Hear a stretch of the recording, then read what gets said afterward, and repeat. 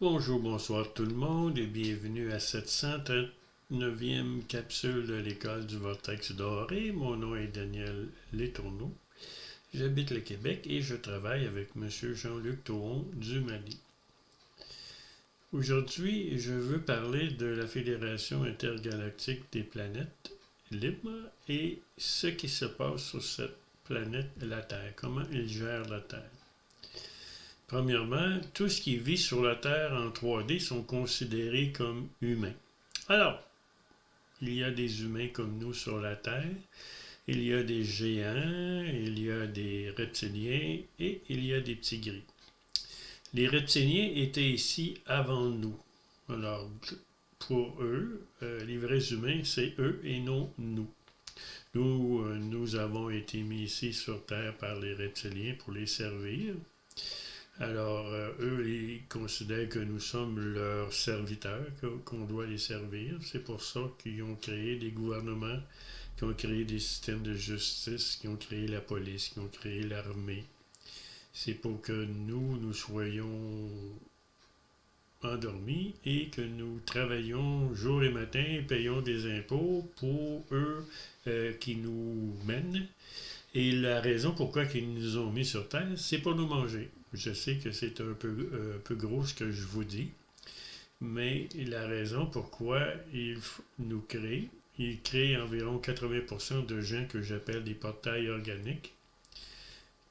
Ces portails organiques-là ne sont pas en contact avec leur âme. Leur âme n'est pas assez évoluée spirituellement pour s'occuper du corps physique. Donc, les entités astrales négatives ou reptiliennes ou petits gris ou humaines qui vivent à l'intérieur de la Terre ou un peu partout sur la planète, mais qui ne sont pas en contact avec nous. Ils sont en 3D eux aussi. Donc la Fédération intergalactique les considère comme des humains comme moi et d'autres. Alors, la Fédération intergalactique, la mission, c'est de nous empêcher de faire le contact avec des entités qui viennent de d'autres planètes. Ils ont des moyens technologiques très avancés et ils empêchent les entités de d'autres systèmes solaires, de d'autres galaxies d'entrer en contact avec nous, de façon à nous aider à évoluer spirituellement. Mais malheureusement, lorsque une entité extraterrestre arrive sur Terre, il part, mettons, de la 5D et devient une entité de la 3D. Et s'il reste trop longtemps sur cette planète, il va être prisonnier ici comme nous. Il ne pourra pas aller en 5D. Donc, quand ils viennent ici, ils ne peuvent pas rester longtemps. C'est la même chose pour leur soucoupe volante, leur moyen de déplacement. C'est la même chose pour eux. Ils ne peuvent rester longtemps ici, sinon ils vont être prisonniers et ils auront affaire à l'humanité, qui vont les prendre, les disséquer ou les mettre dans un zoo. Non, c'est pas. Les extraterrestres savent que nous sommes un danger pour eux, alors ils ne veulent pas vraiment rentrer en contact avec nous. Pour l'instant, ils peuvent parler avec nous par Internet, par des moyens de communication, par la parole. Ils ne peuvent pas nous envoyer de films, ils ne peuvent pas nous rencontrer, parce que c'est un danger pour eux. Mais certaines entités peuvent parler avec nous. Mais eux, ils savent ce que nous pensons. Alors, il existe un super appareil d'Andromédien qui est derrière la Lune, qui suit la Lune, de façon à ce que personne ici sur Terre ne sache que nous sommes gouvernés par des races extraterrestres. Une fois par mois, tous les dirigeants de cette planète, ceux qui sont les premiers ministres, ceux qui sont les rois et les reines, tous ceux qui ont un rôle à jouer dans la politique, rencontrent les Andromédiens, rencontrent les gens de la Fédération galactique et leur donnent des ordres. Ils disent aux politiciens, mais vous allez faire ça, ça, ça, ça, ça. Alors les politiciens reviennent chez eux et appliquent les lois et les choses qu'ils font à partir de ce qu'ils reçoivent de la Fédération intergalactique. Alors, la Fédération intergalactique ne sont pas vraiment du côté humain, si on peut dire, parce qu'ils laissent le karma se jouer sur cette planète et notre karma, c'est de nous réveiller à notre identité, à la vraie identité que nous sommes, et nous sommes une âme qui occupe un corps physique. Alors moi, ce que j'emmène sur cette planète, j'emmène le chant du NU, que je chante comme ça. And you, and you, and you. Et je vous recommande de chanter le NU 10 minutes par jour, le matin principalement, pour vous brancher à l'âme que vous êtes. Ensuite, j'amène l'initiation au vortex doré et au son Si. Au plan de l'âme, il existe une